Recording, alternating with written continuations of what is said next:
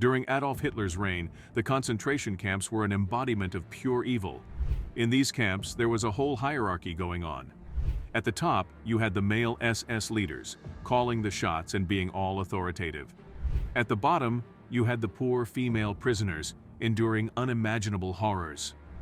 But right in the middle, right in the thick of it all, were the female guards. These ladies held a key position in the camp chain of command. They were like the middle managers of evil.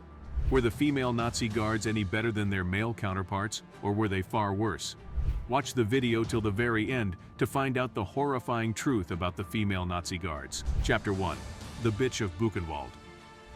According to the staff manual at Ravensbrück, the largest concentration camp for women on German soil, the chief female guard had the important role of advising the camp compound leader on female affairs. I mean, seriously, what kind of female affairs were they even talking about? It's like they had a whole department dedicated to being terrible. Now the camp regulations explicitly stated that any abuse of inmates by the guards was strictly prohibited. You'd think that would be a no-brainer, right? Well, think again. Because violence perpetrated by these guards was an everyday occurrence. Can you believe it? They had rules against it, but they just couldn't help themselves. Now let's meet our first villainess, Ilse Koch. As the trials for concentration camp staff unfolded, she emerged as one of the most twisted figures. Surprisingly, she wasn't even a member of the SS. She was just the wife of someone. But don't be fooled by her seemingly ordinary status. Ilse gained notoriety as the Beast of Buchenwald, and even earned the nickname Bitch of Buchenwald. Her husband Karl Koch took command of Buchenwald, and Ilse wielded her power ruthlessly. She loved wealth and power, and she'd do anything to get what she wanted. Unfortunately, both she and her husband were convicted of embezzlement and fraud. Karl was executed, while Ilse spent some time in prison before being released. Ilse had a thing for horseback riding, so she used embezzled funds to build a massive equestrian arena. Tragically, prisoners died during its construction. She also enjoyed whipping people whenever she pleased, based on her whims or perceived slights. But what really sets Ilse apart was her obsession with tattoos and tattooed men. She even had a doctor conduct research on tattooed men and criminality using the skins of prisoners. It's believed that she would make the doctor skin the prisoners alive without any anesthesia, and would keep their skins as a prized possession. It was horrific indeed. Chapter 2. The Beautiful Beast. Irma Gress was the next most feared female guard. The worst part is that she was only 17 when she started off. She served as an SS officer at Ravensbrück, an all-women's concentration camp near Berlin. Ravensbrück is where officers like Irma receive their education in cruelty. Irma's journey to becoming a cruel guard begins when she's just 10 years old, as Hitler rises to power. Raised in a broken home, she dropped out of high school and ran away from home at 15, eventually finding herself working at an SS hospital by the age of 17. At Ravensbrück, Irma's brutality knew no bounds. She stomped on people who collapsed during roll calls and responded with violence to any sign of disrespect. Despite her monstrous actions, Irma had an unassuming appearance. She was even ironically referred to as the Beautiful Beast. Like Ilse, Irma also has a fascination with tattoos and tattooed men. However, she was very popular for other reasons.